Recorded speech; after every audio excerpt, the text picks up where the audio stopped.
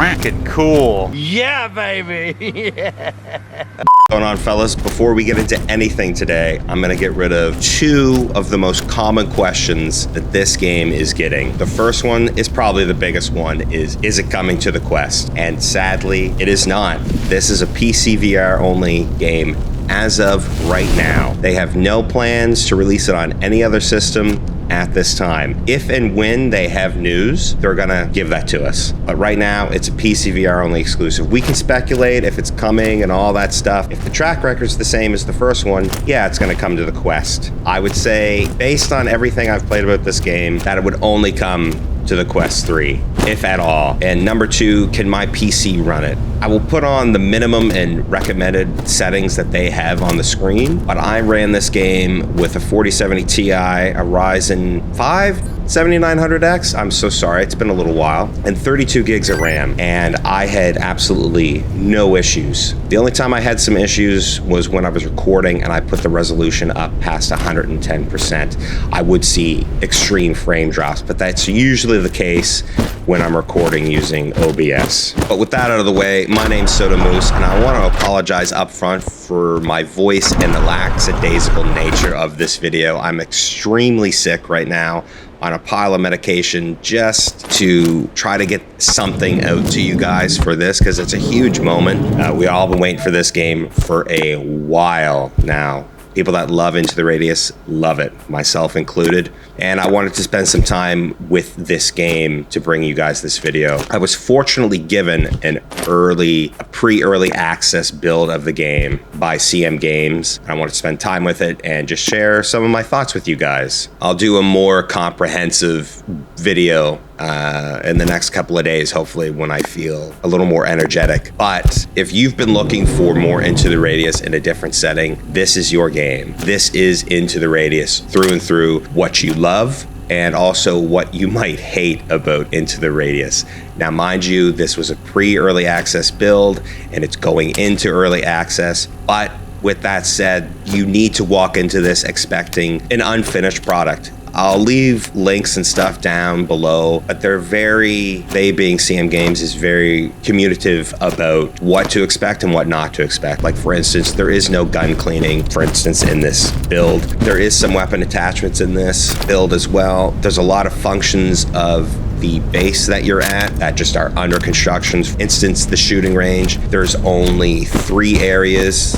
Training area or your base, the training area, your base, another location, and then the forest location, which is the standout piece of this build. The forest location is really reminiscent of version 1 of Into the Radius 1. If you haven't played that and you have Into the Radius and you have a PC, do yourself a favor and go and play that version. It's buggy, but it is phenomenal. But I digress. We're getting a little off topic here. But everything you love about Into the Radius is here. You know, artifact hunting, the anomalies as well. There's some new anomalies. It definitely gives that sense of foreboding the first time you see them. But there are, things missing since this is in early access, like sound and effects and music. And the biggest thing would be the story. There is no story bits here, no notes, no audio. It's a very isolating experience, much like the first one was, but there is nothing to really build upon because there's nothing there. But they're very clear with that. When is all that coming? Not sure, because this isn't even version 1 of the game. One thing that they have been working on that I've noticed is that a lot of people had complaints with the first one. There's these videos that I made. People would comment about the enemy design. They loved Into the Radius, but they hated the enemy design. Well, that's completely changed in this version. The enemy design is incredible. But I have to say, I was a big fan of just the black entities from the first one, but they've really knocked it out of the park in this one. I am excited to have them introduce more varied enemy types, because I haven't seen everything the game has to offer, but I've only encountered 3 different enemy types. The kind of squirrely squid type enemy, if you know what those are, or Pecco, as some of you might know, but I mean, Pecco was docile. But anyway, a cop, and then it looks like a type of soldier or a marine, and they are very cool to look at. But man, let me tell you, they are tough. This game is tough. This game is way more difficult than Into the Radius 1, without a doubt. The AI of the enemies, I mean, I don't know if this is what's intended, but even just your basic enemy, I can't remember the name at the top of my head. Please forgive me. Don't roast me too much in the comments. But even they are frantic. They move so quick, and it's hard to get a pin on them. And the whole, just move to the right or the left when they go in for their attack doesn't seem to work in this, and you get hit every time. And the soldiers, they will descend upon you. They will flank you, and they will move up, and they will kill you. I don't know how many times I died because skill issue. But no, they are tough, man. Could be my equipment and stuff like that, obviously. But just in this first starting area, you'll encounter some heavy resistance in one section. And you're going to get your ass kicked if you're not prepared, if you're not expecting it. And they can see you from quite a ways away. I did try some stealth approaches, but it didn't quite work.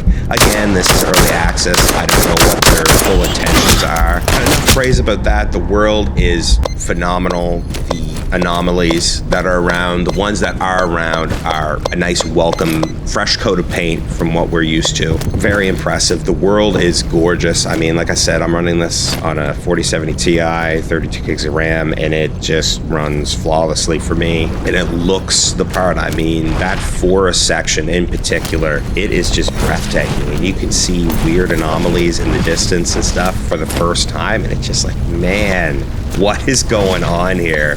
And it just makes me excited for the full release of the game. But I should say, kind of a random thought here, my biggest issue I actually have with the game is not being able to map at the controls at this time, because there's a jump function now. It wasn't in the first one. So you can jump on different ledges and get to different vantage points and stuff now, which is phenomenal. But you've probably noticed in the footage that I'm jumping constantly. I usually turn using my controller instead of my body. It's easier for my personal setup here. I'm jumping all the time. I'm jumping when I don't mean to. And when you're sprinting and then you can jump, it almost feels like it comes from an out of place game. Like, you can get some serious speed by sprinting and then you jump, and it almost feels like there should be a slow-mo mechanic in here. I'm joking. I do not want a slow-mo mechanic. My gosh, please, no. It's just an offhand joke. Stop it. Get some help. I'm gonna stop rambling. I know I had no script written for this. I apologize again for the lackadaisical nature of this video. But if you loved the first one, I implore you to do more research. I was given this game. Go out there and look for some videos about people that had to buy the game. I would have bought the game regardless, but they reached out and they wanted to offer the channel a code for you guys. So I wanted to share that with you.